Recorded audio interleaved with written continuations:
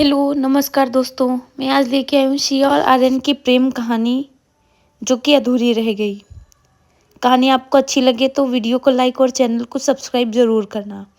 तो कहानी की शुरुआत एक छोटे से गांव से होती है, जहाँ सूरज की पहली किरणों के साथ नीला आसमान और हरे भरे खेतों की सुंदरता निखर आती है। यहीं पर रहते थे आर्यन और सिया, बचपन के दोस्त जो एक दूसरे को अपनी जान से भी ज़्यादा चाहते थे। आर्यन के लिए सिया उसकी दुनिया थी और सिया के लिए आर्यन उसकी खुशियों का खजाना। एक दिन जब आर्यन और सिया गांव के पास के एक पुराने पीपल के पेड़ के नीचे बैठे थे, तब सिया ने आर्यन से पूछा, क्या तुम मुझे हमेशा ऐसे ही प्यार करोगे?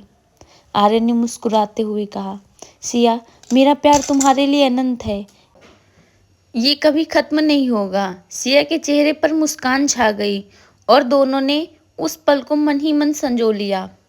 यह उन दिनों में से एक था जब उन्हें पता नहीं था कि उनकी जिंदगी एक दुखद कहानी बनने जा। जैसे जैसे दिन बीतते गए उनके प्यार की गहराई बढ़ती गई, परंतु हर प्रेम कहानी की तरह उनकी कहानी में भी एक मोड़ आया। आर्यन के पिता ने उसे शहर जाकर पढ़ाई करने का फैसला किया। आर्यन के लिए यह एक कठिन समय था, लेकिन उसने सिया से वादा किया कि वह जल्दी लौट आएगा। यह वादा उनके रिश्ते का एक अहम हिस्सा बन गया। आर्यन के जाने के बाद सिया हर रोज उस पीपल के पेड़ के नीचे बैठकर उसकी राह देखती रही। वह दिन रात बस आर्यन की वापसी का इंतजार करती रही। उसने अपने दिल से कभी भी त्रासदी की कल्पना नहीं की थी, लेकिन हर गुजरते दिन के साथ उसकी आंखों की चमक कम होती जा रही थी। शहर में आर्यन ने अपनी पढ़ाई में खुद को व्यस्त कर लिया, लेकिन उसकी आत्मा का एक हिस्सा हमेशा सिया के साथ गांव में ही था। वह हर रोज उसे पत्र लिखता, लेकिन एक दिन जवाब नहीं आया। उसने सोचा कि सिया नाराज हो गई है, लेकिन वह नहीं जानता था कि सिया के जीवन में एक तूफान आने वाला है। यह तूफान उनकी प्रेम कहानी को और भी गहरा बना देगा। गांव में सिया के माता पिता ने उसकी शादी तय कर दी थी। सिया ने बहुत विरोध किया, लेकिन परिवार के दबाव में आकर उसने अपने प्यार का बलिदान दे दिया। आर्यन को यह खबर बाद में मिली, जब वह गांव लौटने की तैयारी कर रहा था। उसके लिए यह एक दुखद प्रेम कहानी की तरह था, जिसे वह कभी लिखना नहीं चाहता था। उसने महसूस किया कि उसकी ज़िंदगी की सबसे बड़ी खुशी उससे दूर जा रही। आर्यन ने गांव पहुंचकर देखा कि सिया की शादी हो चुकी है। उसने सिया से मिलने की कोशिश की, लेकिन सब व्यर्थ था। वह पीपल के पेड़ के नीचे बैठकर रोया, जहां उन्होंने अपनी अनगिनत यादें बनाई थी। यह वह स्थान था जो उनकी प्रेम कहानी का मूक गवाह बन गया था। समय बीतता गया, लेकिन आर्यन का प्यार कभी कम नहीं हुआ। वह अक्सर उस पीपल के पेड़ के पास जाता और अपनी अधूरी प्रेम कहानी को याद करता। सिया की यादें उसकी ज़िंदगी का हिस्सा बन चुकी थी। वह जानता था कि अब कुछ नहीं हो सकता। सिया अब किसी और की अमानत है, लेकिन उसने कभी हार नहीं मानी। उसने अपने प्यार को अपने दिल में संजो कर रखा, जैसे कि वह एक अनमोल खजाना हो।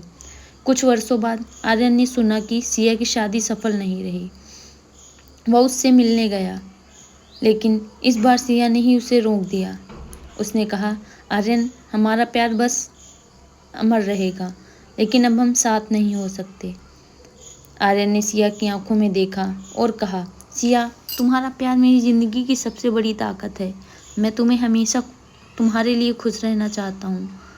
यह सुनकर सिया की आंखों में आंसू आ गए, लेकिन वह जानती थी उनकी प्रेम कहानी का यही अंत था। इस तरह आर्यन और सिया की कहानी एक अधूरी प्रेम कहानी बन गई। उनका प्यार भले ही अधूरा रह गया हो, लेकिन उनकी यादें हमेशा जीवित रहेंगी।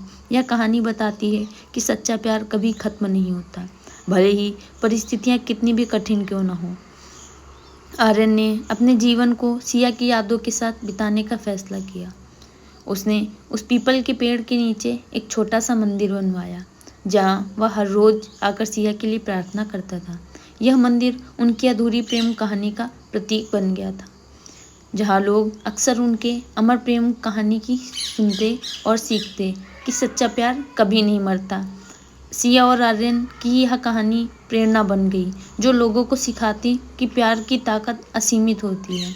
इस प्रेम ने कई दिलों को छुआ और यह साबित किया कि प्रेम की यादें समय की सीमा से परे होती हैं। कहानी का यह अंत सिया और आर्यन के अमर प्रेम कहानी गवाही देता है, जो समय की रेत पर अपनी अमिट छाप छोड़ गया। धन्यवाद।